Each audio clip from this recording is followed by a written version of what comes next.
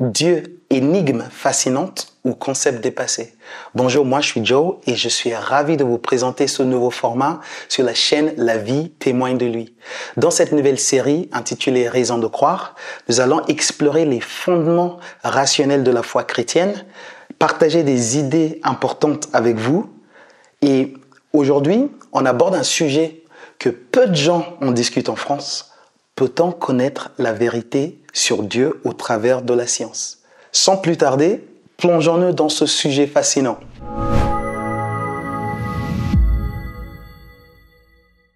Avant d'aborder ce sujet, nous devons nous pencher sur 3 questions. Qu'est-ce que la vérité? Qu'est-ce que la science? Qui ou qu'est-ce que Dieu? Donc pour répondre à la première question, qu'est-ce que la vérité? Au livre de Jean 14, verset 6, Jésus dit « Je suis le chemin, la vérité et la vie ». Plus tard ou plus loin dans la Bible, au livre de Jean 18, 38, Pilate il était en face de Jésus et il demande à Jésus une question importante. Qu'est-ce que la vérité? Ce qui est dommage, c'est qu'il n'a même pas attendu la réponse de Jésus. Il était en face de la personne qui incarne la vérité. Donc pour donner une définition philosophique, la vérité c'est lorsque ce que l'on dit est en lien avec la réalité. En quelques mots, c'est vrai si ce qu'on dit est en accord avec la réalité.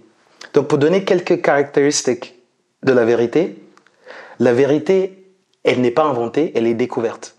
Donc pour donner une illustration, c'est pas parce que Sir Isaac Newton a découvert la gravité au XVIIe siècle que la gravité n'existait pas avant cette période. La vérité, elle est multiculturelle, c'est-à-dire que 2 plus 2 égale 4 en France, au Japon, en Tunisie, au Nigeria, partout.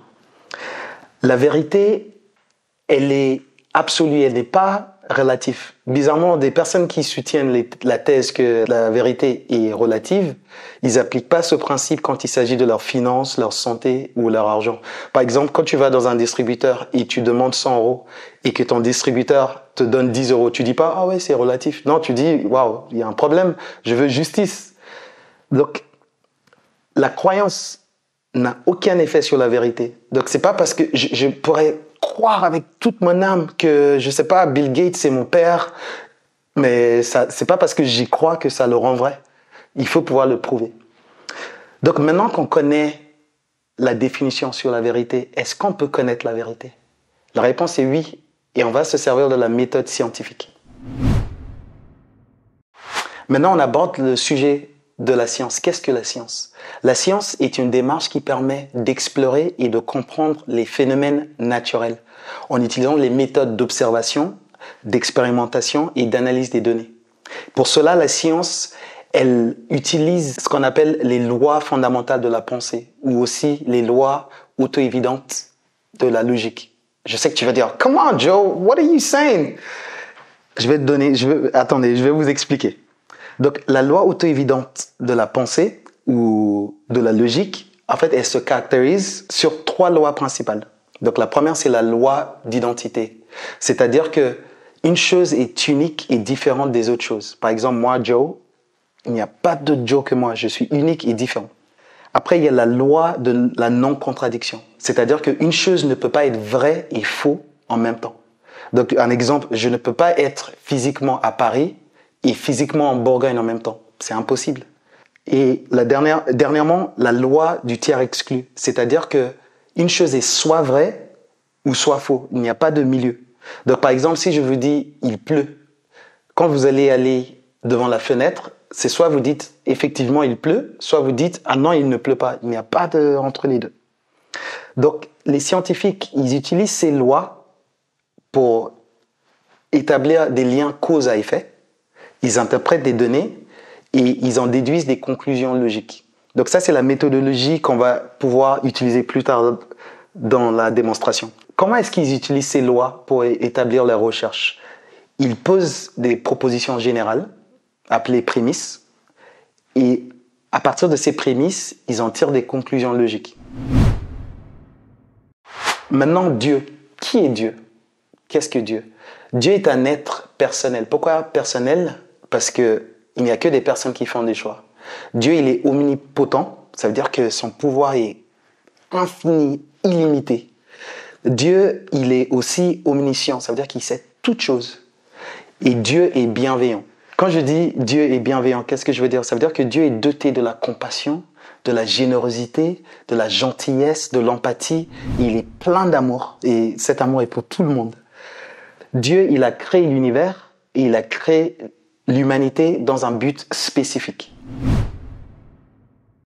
Pour connaître la vérité sur Dieu, nous devons au moins connaître l'existence de son effet sur Terre. Parce que, comme j'ai expliqué par rapport à la science utilise les lois pour établir des liens de cause à effet. Donc, si Dieu existe, on doit pouvoir voir son effet sur Terre. Donc, quoi de mieux que de commencer par l'origine?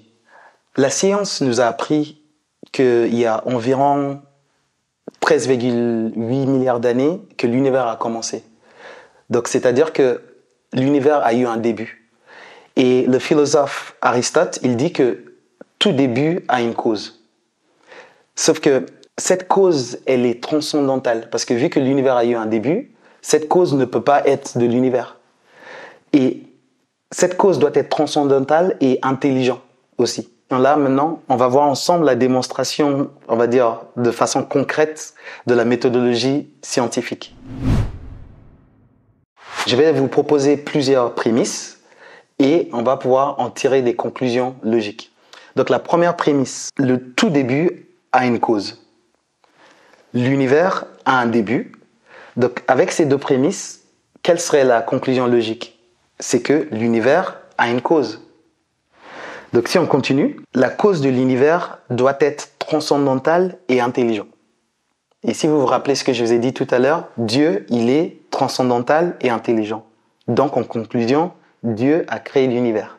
Donc, vous voyez le cheminement. Donc, avec ce cheminement, au travers de toutes les vidéos que vous verrez, on va toujours utiliser cette démarche rationnelle et logique pour affirmer une proposition. Maintenant qu'on a vu tout ça, la question c'est, est-ce qu'on peut connaître un peu plus sur la personne de Dieu? Donc, maintenant qu'on a vu la démonstration scientifique avec le fait que Dieu est créateur de l'univers, ce que tous les scientifiques s'accordent, c'est de dire que l'univers a eu un début. Donc, le fait que l'univers a eu un début, sachant que l'univers est constitué de matière, de temps et de l'espace, la cause de l'univers est différente de l'univers. Et cette cause qui est différente de l'univers, qui est transcendantale et intelligente, c'est ce que les chrétiens adorent. Donc, la question qu'on pourrait se poser, la science, est-ce qu'elle peut nous aider à connaître un peu plus de Dieu? Pour résumer, dans cette vidéo, nous avons vu plein de choses super intéressantes. Nous avons vu les différentes définitions, telles que la vérité, la science et Dieu. Nous avons vu aussi comment la science nous sert à établir des liens de cause à effet, d'interpréter les données et de tirer des conclusions sur le monde qui nous entoure. En comprenant cette méthode, ça nous permet de mieux comprendre comment la science nous aide tous les jours à découvrir la vérité sur ce monde qui est si fascinant. Dans la prochaine vidéo, nous allons voir les effets de Dieu sur Terre et ça va nous aider à comprendre comment on va pouvoir connaître la vérité sur Dieu. J'espère que ce contenu vous a plu et que vous avez appris plein de choses intéressantes.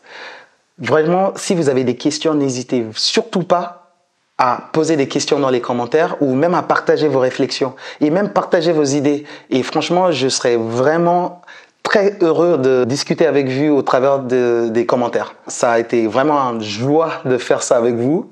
Je vous souhaite à tous une bonne semaine et restez bénis. Ciao!